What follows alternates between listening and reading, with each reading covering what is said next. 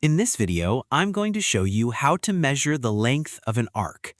Whether you're working on a detailed engineering drawing or a simple design, calculating arc length is a crucial skill that helps ensure the precision and quality of your work.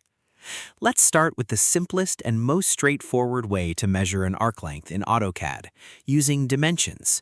Autocad provides a built-in function to add dimensions to your drawing.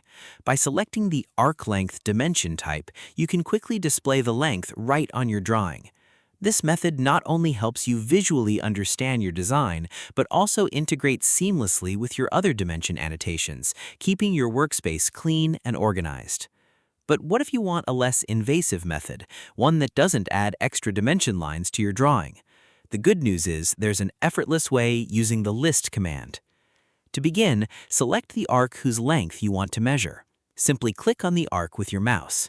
Once selected, go to the command line at the bottom of your Autocad interface and type List, then press Enter. This command is powerful because it reveals a lot of information about the selected object. After pressing Enter, a detailed list of properties appears, including the exact length of the arc. This method is especially useful when you need to quickly find the length without cluttering your drawing with extra annotations.